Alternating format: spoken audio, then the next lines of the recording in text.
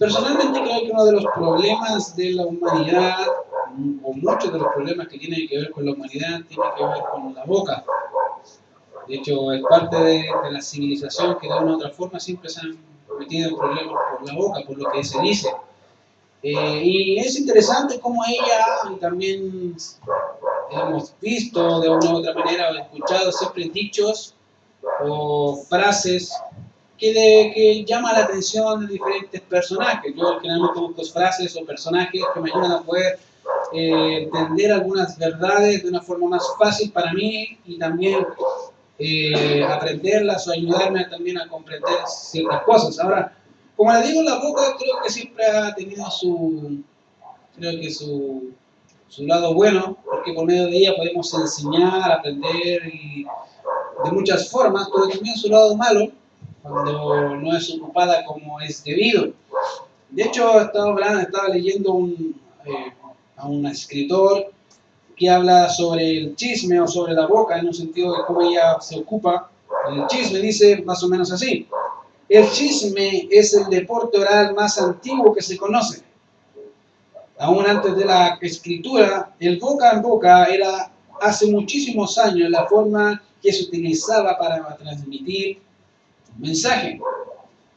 Sea bueno o sea malo, siempre a veces llegaba, no sé si jugaba al teléfono, pero siempre jugaba al teléfono, no sé si lo conocen, que se dice algo, después se lo dice al otro compañero, y lo que empezó acá termina diferente a lo que terminó allá.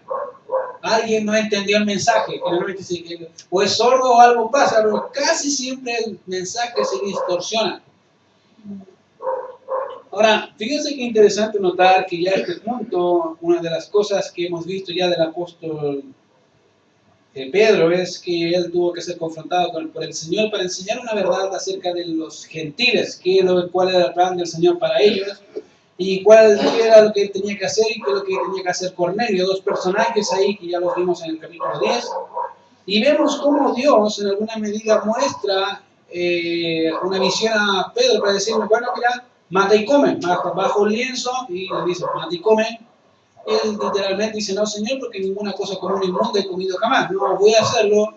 Y dice que esto se hizo 3 veces, de manera que para Pedro era algo interesante, un poco una interrogante grande, saber qué significaba, o qué era eso, hasta que lo entendió más adelante, gracias a la obra del Espíritu Santo que le iluminó el corazón y la mente para poder comprender que los gentiles también deberían y eran parte de la redención, eran parte del plan de Dios en salvar al hombre pecador. Ahora, siempre, como les digo, siempre hay formas en que las noticias corren. Y de una u otra manera, fíjense que en el verso 1 de Hechos 11 van a notar algo ahí que pasó, de hecho, ¿qué pasó? Dice, oyeron los apóstoles y los hermanos que estaban en Judea, que también los gentiles habían recibido la palabra. Y obviamente no se menciona, una de las cosas que dice ahí que no se menciona, cómo llegó el mensaje. Fue la primera cosa que me llamó la atención. Recién haber visto una obra de regeneración y rápidamente corrió. Ahora, como le digo, posiblemente uno de los que estaban junto a Pedro lo comunicó y eso se divulgó, o probablemente uno de los que estaban con Cornelio lo comunicó, o simplemente salió de algún lado que el texto no menciona. Lo que sí sabemos es que el mensaje corrió y llegó rápidamente a Jerusalén. Ahora, como les digo, se me llama la atención de los chismes porque rápidamente se sabe. Y aquí no hay excepción. Pasa eso. Ahora, fíjate que lo interesante es saber que dentro de los que oyeron la gran noticia acerca de la redención, de la salvación de los gentiles, estaban los apóstoles y los hermanos, de manera que los 11 que probablemente estaban dispersos, no tampoco se menciona si estaban todos juntos, pero dice que los apóstoles estaban en Jerusalén ahí haciendo el ministerio. Y obviamente debemos recordar que generalmente en el libro de los Hechos normalmente van a notar a Pedro y Juan. De hecho, si se recuerdan en Hechos capítulo 3, en el templo dice que Pedro y Juan estaban juntos y él dice, no tengo plata ni oro, pero lo que tengo te doy, en el nombre de Jesucristo levántate y anda. Y una de las cosas que pasó fue que ambos estaban ahí. De hecho, también lo vemos en el capítulo 4, verso 1 y en el verso 19. Eran básicamente compañeros de ministerio. Apóstoles que siempre estaban, o generalmente estaban los dos, exceptuando este evento, que solamente Pedro fue con 6 hermanos, judíos, creyentes. Ahora, como les digo, habían hermanos también ahí, gran parte del pueblo del Señor estaba ahí recluido en Jerusalén. Y algo que marca la diferencia aquí de cualquier asunto es qué es lo que se supo, qué fue o cuál fue el mensaje. Como les dije, uno puede decir muchas cosas, la cosa es cómo llegó a los oídos y qué es precisamente lo que se sabe. Y creo que son cosas que a veces son buenas preguntarlas, ¿cierto? Y fíjense que en primer lugar, una de las cosas que vemos, o qué fue lo que soy yo, es que en Judea, el mensaje que llegó ahí fue que los gentiles habían recibido la palabra de Dios. Ese fue el mensaje. Yo imagino que les debe haber llamado la atención el hecho de que hayan recibido el mensaje. Ahora, una buena pregunta es, ¿qué fue lo que les llamó la atención? ¿El mensaje o algo diferente al mensaje? Y quiero que notemos algunas verdades acá, queridos, que nos van a ayudar a poder comprender algunas cosas referente a lo que Dios está haciendo aquí. Una de ellas tiene que ver con la relación establecida que Dios hace hacia los gentiles, cómo Dios establece una relación íntima, es descrita a Abraham. De hecho, si ustedes ven en Génesis 12, dice, en ti serán benditas todas las familias de la tierra, y obviamente esa bendición llega por Jesucristo. Aquí está, cumplida. De manera que para ellos era algo, no debería haber sido algo extraño, pero sí lo fue. Ahora, anteriormente recordemos que esto era hecho, generalmente el mensaje de salvación era para samaritanos, básicamente judíos mestizos, mezcla con gentiles, que ya era algo difícil para el judío tener que comunicarse, tener que estar con alguien que era samaritano. De hecho, recuérdense que la misma mujer samaritana dice al Señor, ¿cómo tú siendo judío me pides a mí de beber? Y Juan dice, porque judíos y gentiles y samaritanos no se hablan. Ya ese era un choque para ellos, pero que un gentil llegara a entender el mensaje, sin duda era específicamente algo inédito. Que un romano, literalmente romano, no mezcla, era romano, 100% romano, Cornelio, junto con su familia, pudiesen ser salvos, era algo que no se había pensado hasta este entonces. Ahora, esa es obviamente la primera cosa que debemos notar. En segundo lugar, debemos comprender que el hecho de que los gentiles hayan recibido la palabra de Dios nos debe mover a entender que la fe siempre viene por el oír, y obviamente el oír la palabra. Ahora, es por medio de ella, queridos, que Dios nos hace nacer de nuevo. De hecho, si ustedes leen Santiago capítulo 1, verso 18, dice que es ella la que nos hace renacer. Hebreos también habla, perdón, 1 Pedro 1:23, habla nuevamente de que ella es el medio que Dios ocupa para volvernos al Señor, y es por medio de ella que el Espíritu Santo nos convenció de pecado, justicia y de juicio. La palabra. No hay otra manera, queridos, en que el hombre pueda optar a ser salvo si no es por la palabra.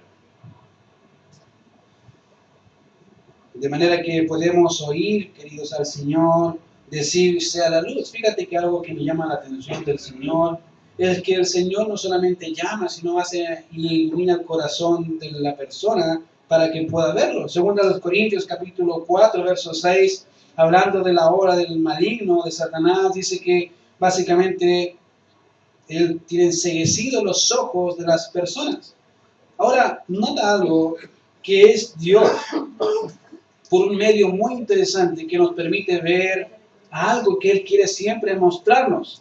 Y fíjate que en este pasaje en 2 Corintios 4, verso 6, dice lo siguiente, dice, porque Dios que mandó que de las tinieblas resplandeciese la luz, es el que resplandeció en nuestros corazones para iluminación del conocimiento de la gloria de Dios en la faz de Jesucristo. En otras palabras, lo que el Señor hace es decirte, vive. Tú ciego que no ves, ve. La cosa es, ¿qué es lo que Dios quiere que vea? Su gloria en Cristo.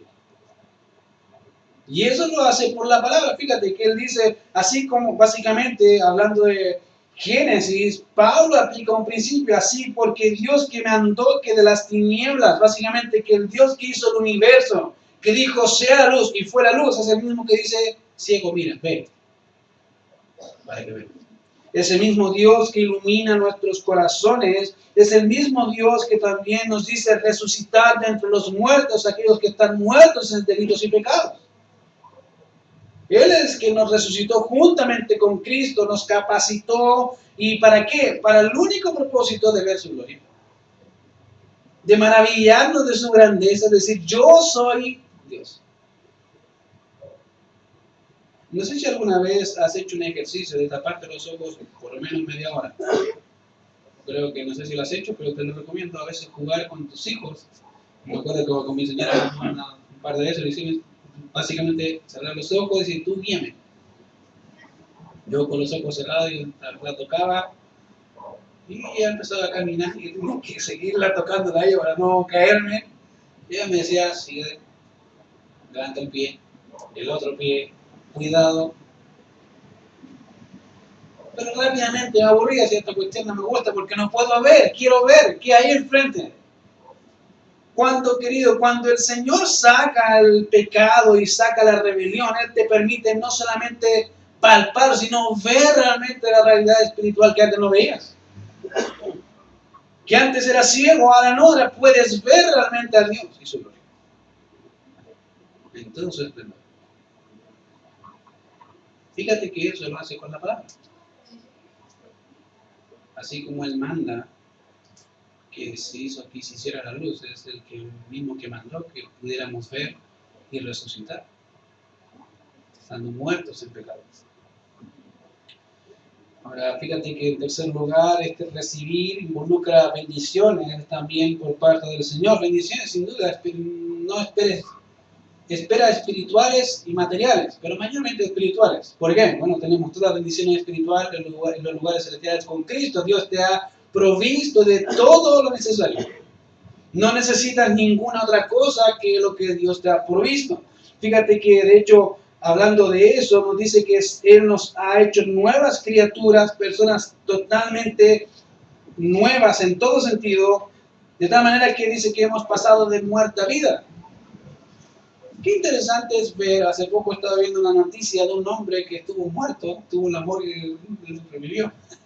Me llamó la atención, decía, yo vi y él contaba su experiencia.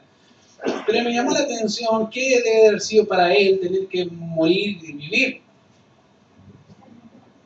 Después del médico haber dicho, murió, no hay caso, no, está muerto. Y despertar horas más tarde en la morgue, mirándose qué estoy haciendo acá. Yo creo que en alguna medida es igual con nosotros. Estar muertos y de repente mirar la realidad. Estoy en un lugar oscuro y ¿qué estoy haciendo aquí? Yo no soy de acá. Y es de esa misma manera en que el Señor nos ha cambiado de un estado a otro totalmente. Y fíjense que tenemos, como digo, toda bendición espiritual y ahora somos nuevos y tenemos todas las cosas, los beneficios de Cristo. Tenemos a su Espíritu, que es nuestra garantía, guía y ayuda en cada parte, en cada sección, en cada lugar en donde estemos.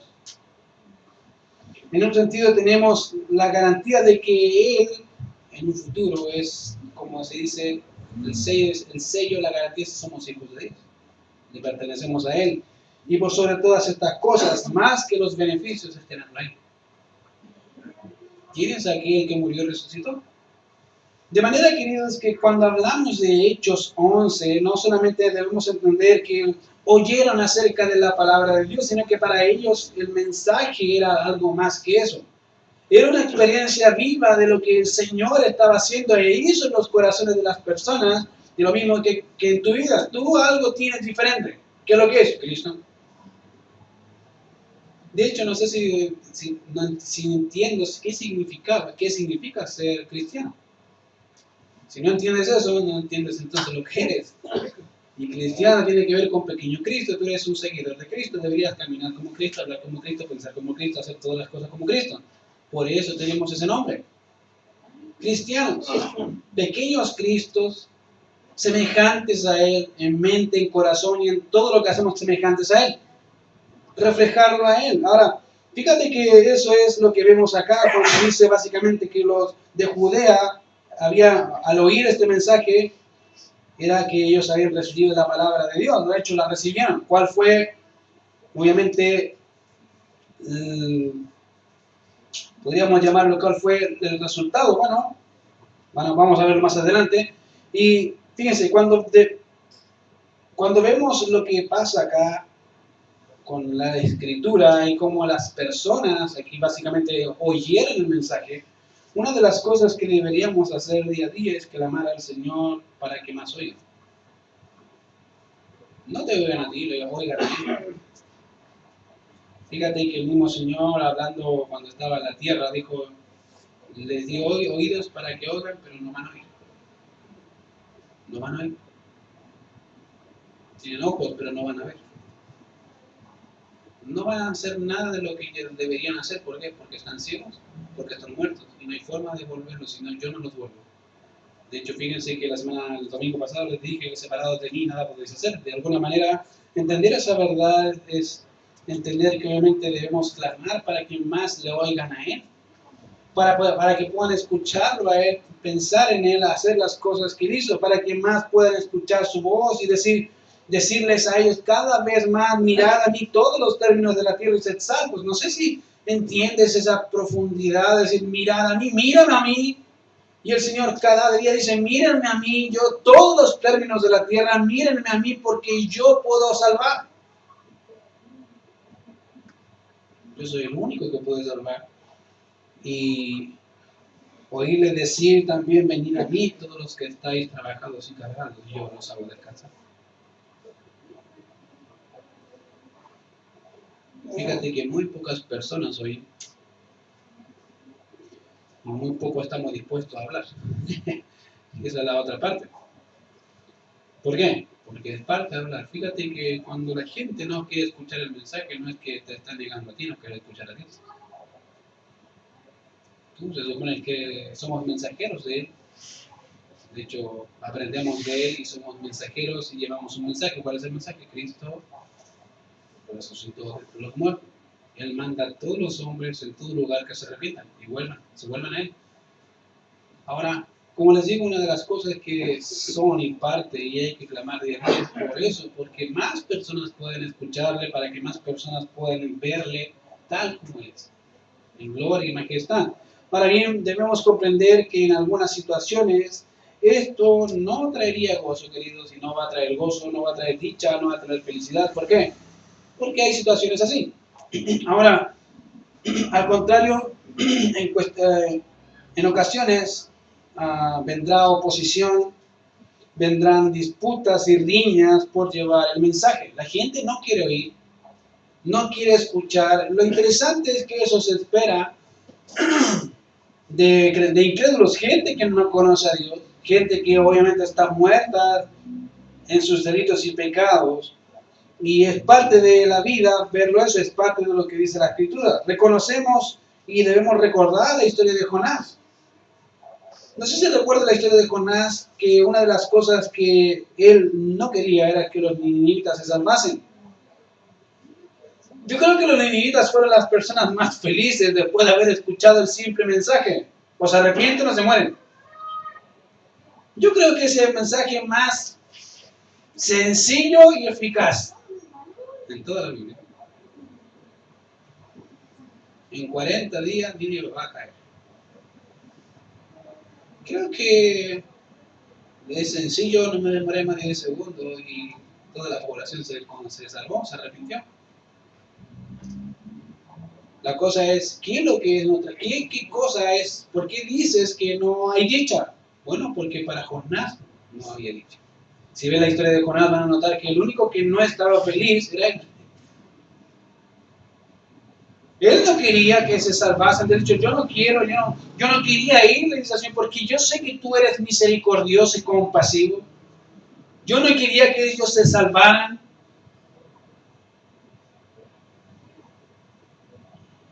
Fíjense que él sabía el carácter misericordioso del Señor y se negó a ir a Nínive por ver a ninivitas volverse de su maldad. Y en este caso, fíjense que vemos a la propia iglesia disputando por la conversión de los gentiles. Interesante. No es el único, parece que Jonás no es el único que pasó por eso. Mira lo que dice el verso 2 y 3. Y cuando Pedro subió a Jerusalén, disputaban con él los que eran de la circuncisión, diciendo, ¿por qué has entrado en casa de hombres incircuncisos y has comido con ellos? Interesante. Porque podrían estar todos felices, menos ellos. Fíjate que una de las cosas que veo en las escrituras que la Biblia dice es que el Señor se goza por alguien que se salva, que se vuelva a Él. Los ángeles anhelan mirar eso, de hecho quieren experimentar, ver cómo un hombre totalmente sumergido en su maldad cambia. Pero aquí los judíos dicen, ¿por qué has entrado en casa de hombres incircuncisos y has comido con ellos? ¿A dónde está el gozo? En vez de decir, ¿cómo lo hiciste, Pedro? ¿Cuál fue la reacción de esta? No me importa, eso no me interesa. ¿Por qué entraste? Tan rigurosos con su maldad o con sus rituales. Ahora, en algunas ocasiones, queridos, encontraremos en la Biblia, vamos a encontrar la palabra disputar, que es la que está en nuestro texto acá, que disputaban con él los que eran de la circuncisión. Y vamos a encontrar esa palabra. Y obviamente no es un problema encontrar esa palabra, normalmente va a estar ahí. Pero dentro de la traducción nuestra, de la Reina Valera, por lo menos hay alrededor de 4 palabras que son traducidas como disputar. Las 4 son diferentes, no es lo mismo. Ahora, ejemplo, tenemos, por ejemplo, el caso de Pablo, que al volverse a Cristo disputaba con los griegos en Hechos 9. Disputando, rebatiendo argumentos, diciendo que Jesús era el Cristo. Ahí tenemos una palabra. O en el caso de Hechos 17-18, cuando los estoicos y los epicúreos disputaban con Pablo. Otra palabra diferente, que dice disputar, son 2 palabras diferentes. Y fíjense que, obviamente, en este contexto encontramos la palabra aquí, que es disputar, que es diacrino, esa es la palabra ahí, que significa separar o separarse uno mismo aparte. En simples palabras, los creyentes judíos no podían concebir tal situación y seguramente podían comprender hasta cierto grado la salvación dada a los judíos, a los samaritanos. Obviamente, el problema no era ese, el problema estaba más bien en sus tradiciones. No se apegó a las tradiciones. Al punto en que igualaron el gozo que debían tener por un alma salvada al nivel de la tradición. No cumple la tradición, entonces no es feliz, no es gozoso. Deja de ser algo digno del Señor.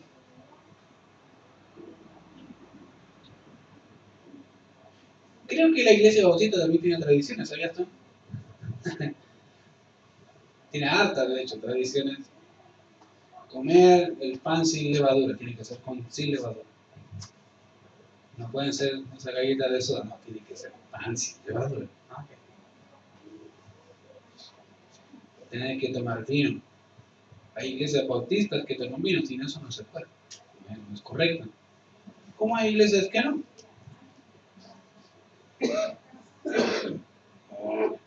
Los cultos tienen que ser de cierta estructura. El hermano tiene que estar siempre feliz. Yo no sé dónde sacar eso, pero tiene que estar siempre feliz. No sé si te ha pasado, pero la iglesia bautista tiene alta cultura eclesiástica que no es necesariamente bíblica. Pero somos bíblicos. No sé qué entendemos por bíblicos, pero a veces me he cuestionado yo mismo tradiciones, prácticas eclesiásticas de la iglesia que no encuentro sustento por qué lo hacen. Es que tiene que hay disputas a veces por eso. No importa eso, querido, no importa cuál es la tradición, lo que importa es vidas transformadas. Eso es lo que importa. Cómo más y más personas llegan al conocimiento del Señor para que puedan ver su gloria. Eso debería gozarte. Gozar como hombres, como te decía, como personas que tú veías ahora cambiaron. Si hay algo en la vida que me gusta, queridos, es ver ese tipo de personas. Ver cómo empiezan a poquito a crecer con sus problemas y después verlos crecer a tal nivel que ya no tengo que estar ahí. ¿Saben resolver sus problemas bíblicamente? Me encanta. Ver cómo el Señor los lleva a crecer a un nivel que digo, wow, Señor, qué grandioso eres tú. ¿Cómo tú haces que un hombre que amaba la maldad hoy te aflige por sobre todas las cosas? Me encanta ver la gracia del Señor obrando en la vida de su pueblo y en mi propia vida, queridos. Ahora, fíjense que el problema acá no era el mensaje. Vas a notar que el mensaje acá no era cuestión. No le dijeron, Pedro, ¿sabes qué? Que tu mensaje tuvo un pequeño problema. No, el problema no era el mensaje, el problema era la tradición. De hecho, fíjense que el mismo texto dice, ¿por qué has entrado en casa de hombres incircuncisos y has comido con ellos? Ahora, eso me suena mucho, y se lo digo muy honestamente, que me suena mucho a una de las acusaciones que los fariseos hacían del Señor.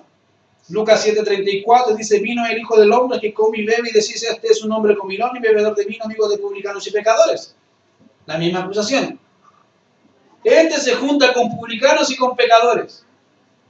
Que para el judío, para el religioso, eso no se puede hacer. Bueno, aquí hay algo parecido. ¿Por qué estás comiendo con hombres incircuncisos?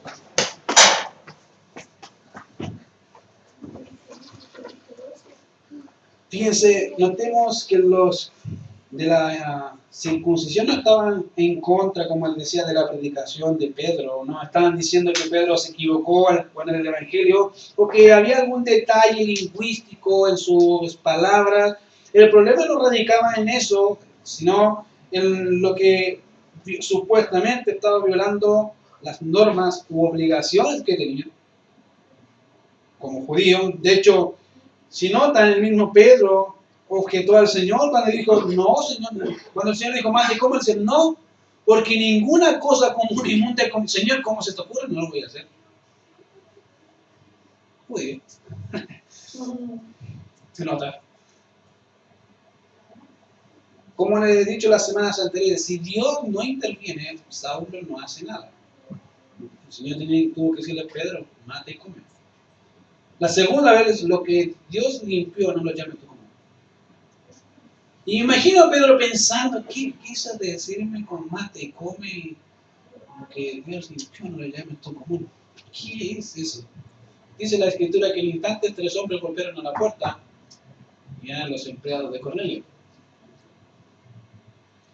Yo imagino a Pedro queriendo entender la visión, obviamente, pero ahí están. En otras palabras, están haciendo la misma pregunta: ¿por qué has entrado en la casa de hombres teniendo incircuncisión? Esa es la versión literal. En otras palabras, es lo mismo que vemos cuando Pedro le declara a Cornelio y a sus invitados cuán abominable era para un judío acercarse o comer en la casa de un gentil. Él dijo, miren, sepan al tiro, ustedes deben saber y saben que para un judío esto es abominación. Es ir en contra de las reglas. Bueno, es lo mismo. Aquí ellos están preguntando la misma cosa, diciendo, Pedro, acércate, ¿por qué fuiste? Queremos una explicación. ¿Qué fue lo que pasó? Y fíjate que a veces nosotros hacemos lo mismo. Queremos más explicaciones de tantas cosas en vez de decir, Señor, gracias porque nos salvaron. A veces creemos que la predicación de un bautista es mejor que una de un pentecostal. Y a veces he visto personas que son pentecostales que predican mejor que un bautista. Pocos, pero he visto gente así. Disputamos, no sé si te ha pasado, pero cuando estamos en una campaña evangelista, disputamos, ahí van los pentecostales. Vamos a pelear, sacar los sables, así con la espada, en vez de decir gracias Señor, tenemos ayuda. No estamos de acuerdo con todas las prácticas, pero creo que creen en el mismo Señor.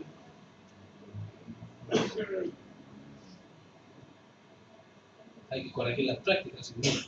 Asemejarlas a lo que dicen las Escrituras, más que cualquier otra cosa, que es el Señor. Ellos creen que Jesús resucitó al tercer día, igual que nosotros, que es Dios igual que nosotros, que es soberano igual que nosotros, aunque les falta mucho por aprender, sin duda, como nosotros.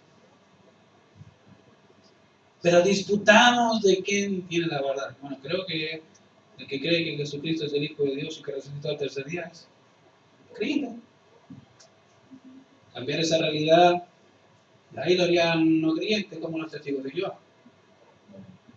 Pero en general, como les digo, a veces disputamos por cosas que no son tan necesarias. Me acuerdo hace un tiempo algo parecido, que un hermano me decía, mira Iván, estábamos predicando en un lugar, y me acuerdo que teníamos los folletos y había un grupo ahí, no tengo idea de lo que eran, parece que eran testigos de Jehová, o no sé si eran testigos de Jehová, en realidad no sé si eran hermanos o no, pero se notaban que querían conversar de la Escritura y que estaban predicando por lo menos lo correcto. Y decían, no, hay que hablar nosotros, no, déjalo, no importa. El que está con el Señor, del Señor es. ¿Cuál es el problema? Está haciendo lo mismo que nosotros, la misma función. Y gloria al Señor. Eso es lo que el Señor quiere, eso se está haciendo. No va a mi iglesia, no va a mi denominación, pero cree en el mismo Señor, que es lo importante. A veces topamos, queridos, con esas percepciones más humanas que cristianas, pero pasa. Y ellos también querían entender muy bien qué era lo que había pasado y qué había pasado obviamente con Cornelio. Ahora, particularmente vemos que para el escritor y en especial para Lucas, este relato de Hechos 10 y 11 era muy significativo para él.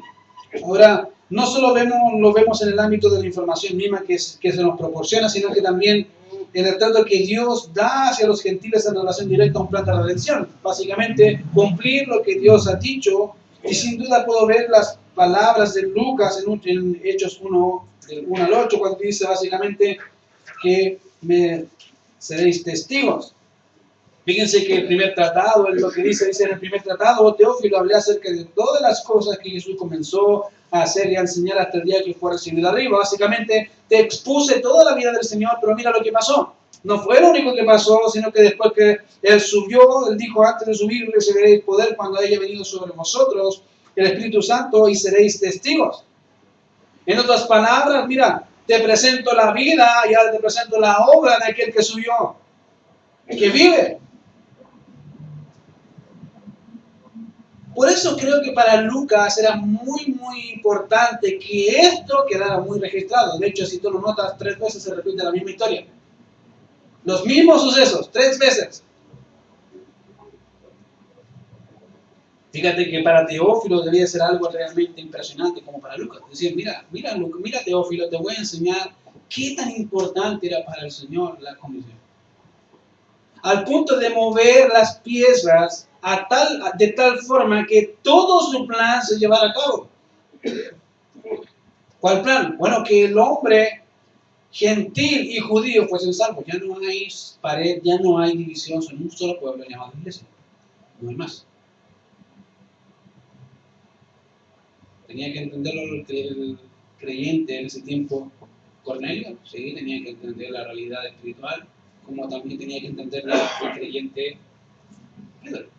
Ambos tenían que entenderlo muy bien, porque ambos sin duda eran parte importante del lugar donde estaban. Ahora, fíjense que al ver esa frase, Pedro lo que hizo fue empezar a hablar, a contarles por orden lo sucedido, diciendo: estaba yo en la ciudad de Jope operando y vi en éxtasis una visión, algo semejante a un gran lienzo que descendía, que por las 4 puntas era bajado del cielo y venía hacia mí. Fíjate que las perspectivas muy personales de Pedro diciendo, mira, que venía hacia mí, esa frase venía hacia mí, no está en los otros relatos. Eso es una cosa que él lo está haciendo muy propio, lo está contando básicamente de detalle por detalle, cómo se vio. No fue mi voluntad, no es que a mí se me ocurrió que voy a donde a mí no se me ocurrió. No fue mi idea, fue Dios quien hizo todo. Les estoy contando cómo era el proceso y básicamente dice que ese lienzo era bajado por las 4 puntas y vino hacia mí, y cuando fijé en él los ojos, básicamente tiene que ver con abrir los ojos de tal forma de prestar toda atención a lo que está sucediendo. Y dice, cuando fijé los ojos, consideré y vi cuadrúpedos, terrestres y fieras y reptiles y aves del cielo. Yo oí una voz que me decía, levántate Pedro, mata y come. Y dije, Señor, no, porque ninguna cosa común inmunda entró jamás en mi boca. Entonces la voz me respondió del cielo por segunda vez, lo que Dios limpió no lo llames tú común.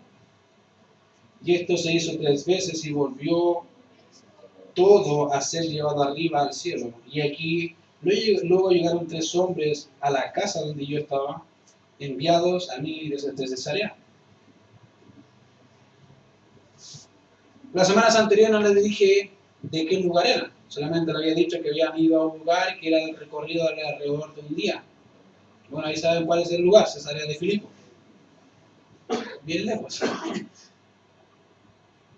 al norte de Jerusalén. Ahora, noten que una de las cosas, queridos, que está pasando acá es que para Pedro era algo interesante también entender algo. No fue mi propósito, como les decía, fue Dios.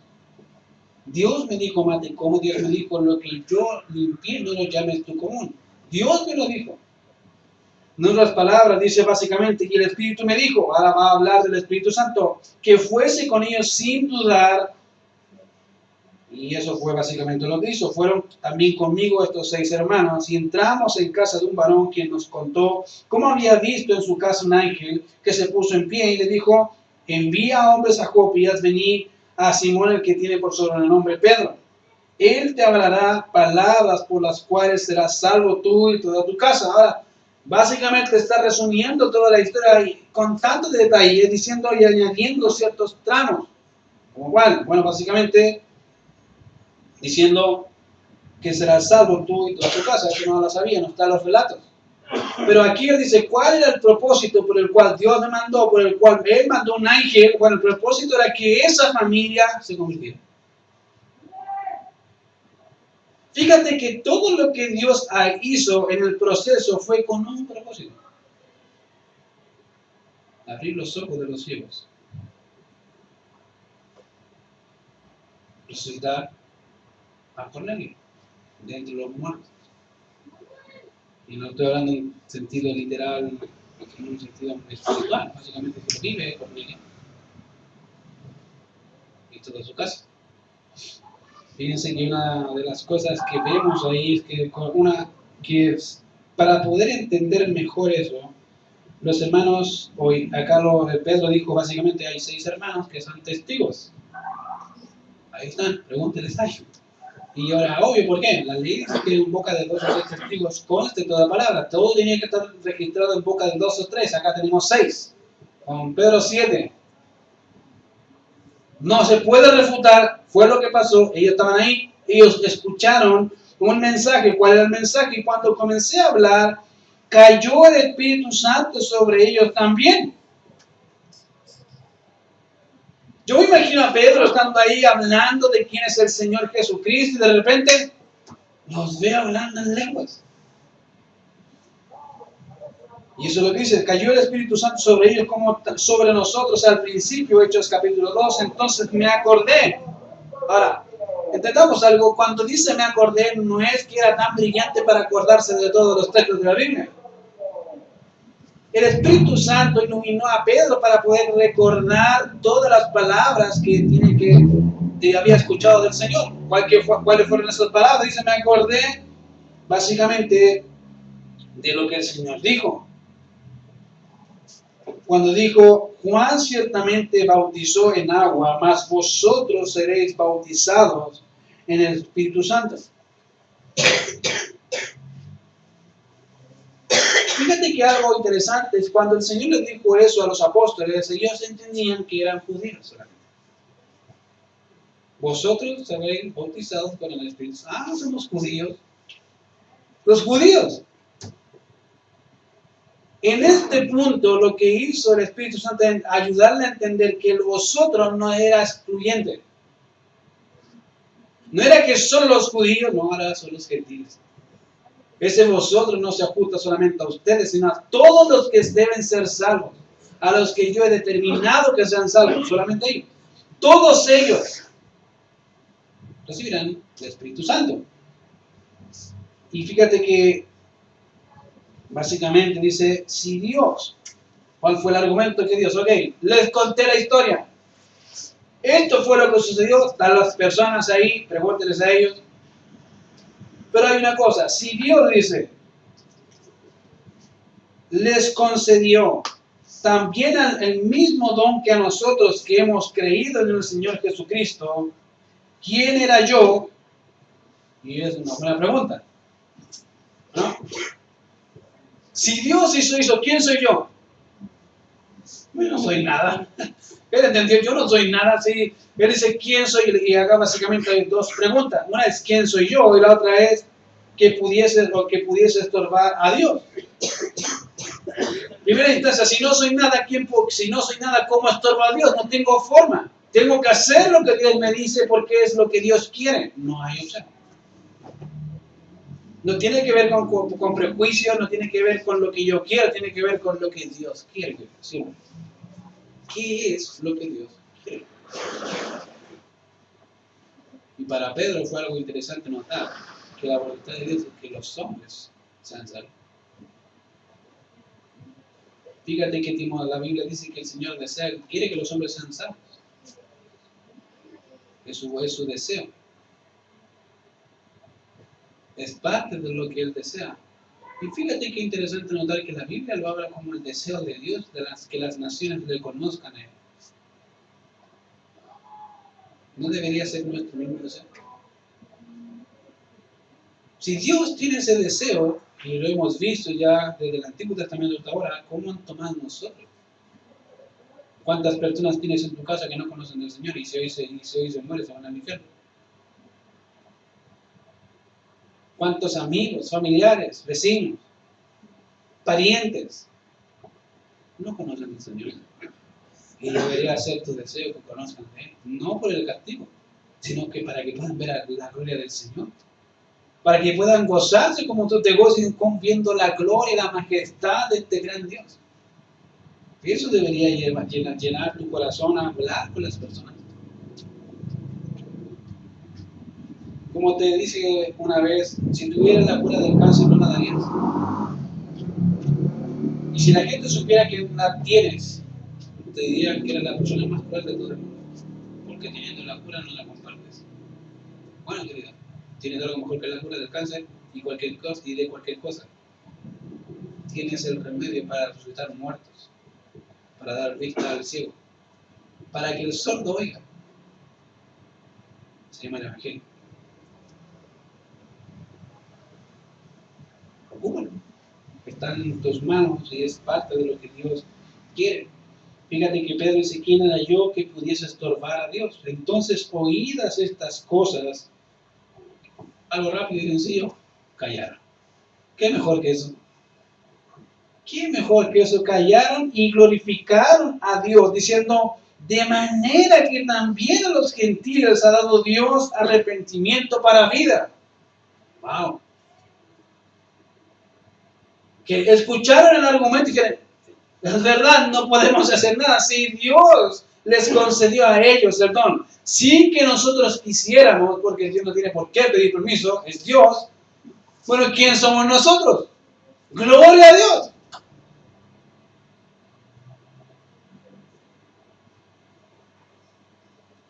Queridos, esa es la idea. Que todas las naciones conozcan quién es Dios. ¿Para qué? Para que lo glorifiquen. Hay dos opciones, queridos, mira. La Biblia dice que un día toda lengua confesará que Jesucristo es el Señor. Todos. Sea en los cielos, sea en la tierra, o sea debajo de la tierra. La pregunta es, ¿a dónde crees que estarán lo que tú ya estás pensando? Y si ya tienes la respuesta y crees que no es lo que te gustaría, más que lo que te gustaría, lo que el Señor quiere, ponte a orar y a hablar. Dios nos ha dado todas las herramientas, querido, ocúpalas. Ocúpalas, están ahí. A ver, tu boca. Como les dije a un hermano de aquí que me decía todo el rato, enséñame a hablar, quiero hablar de Cristo. Y ya me tenía algo. Y yo, mira, la única forma de enseñarte, hazlo. Pero ¿cómo? Hazlo, abre tu boca y habla con la gente, eso es todo. Es la mejor forma, querido, no hay otra. Vas a aprender más rápido. Te podemos enseñar métodos. Pero si no hablas, no te sirven los métodos, no te sirven nada. Habla. Dile al perdido que está perdido. Pero que hay uno que lo quiere encontrar. Se llama Jesucristo. Vamos a ver. Señor, te damos gracias por este tiempo. Gracias.